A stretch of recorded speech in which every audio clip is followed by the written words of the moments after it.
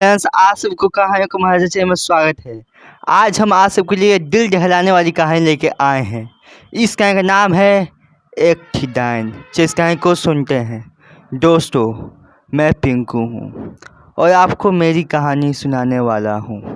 मैं आज तक वो रात भूल नहीं पाया हूँ, क्योंकि वो रात मेरी बहन को मुझसे हमेशा हमेशा के लिए दूर कर दिया था।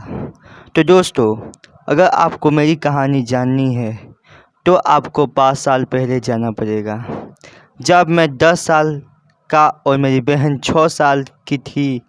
तो मेरे परिवार एक सुनसान जगह पर एक घर में रहते थे। दूर दूर तक वहाँ एक भी घर नहीं था, सिवाय एक घर की, जिसमें मेरी मम्मी, मेरी पापा और मेरी बहन रहते थे।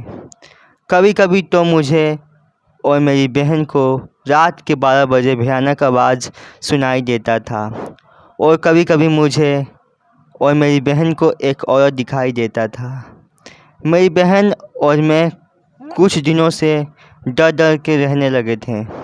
एक दिन जब मेरी मम्मी हम दोनों के कमरे में आई तो मैं और मेरी बहन मम्मी को भयानक आवाज़ और उस औरत के बारे में बता देते हैं, लेकिन मम्मी हम दोनों के बातों पे यकीन नहीं करती है।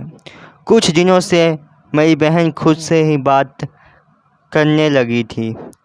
मेरे पापा मेरी बहन सुप्रिया को हर डॉक्टर से दिखाते हैं, लेकिन मेरी बहन ठीक नहीं होती है। दिन प्रतिदिन मेरी बहन सुप्रिया का हालत ख़राब हो रहा था। मेरी मम्मी पापा को कुछ समझ में नहीं आ रहा था। सभी डॉक्टर जवाब दे दिए थे कि हम आपकी बेटी को नहीं बचा पाएंगे। एक रात जब मैं और मेरी बहन कमरे में सो रहे थे तो रात के 12 बजे भयानक आवाज़ सुनाई देता है मुझे। मैं जब नींद से उठता हूँ तो मैं देखता हूँ कि मेरी बहन एक साया से बात कर रही थी। मैं जोर से चिल्लाता हूँ, तभी वो साया मेरे करीब आ जाती है। मैं उस साया का चेहरा साफ साफ देख पा रहा था। वो बहुत ज़्यादा भयानक लग रही थी। मैं कमरे से निकलता हूँ और अपने मम्मी पापा के कमरे में चले जाता हूँ और उनको बताता हूँ कि मेरे कमरे में एक साया है।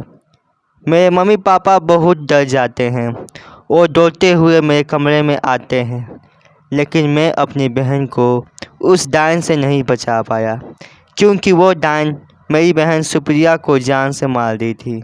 सुप्रिया का पूरा शरीर नीला हो गया था। मेरे मम्मी पापा बहुत रोते हैं। हम सब वो घर छोड़कर दूसरे घर में शिफ्ट हो जाते हैं।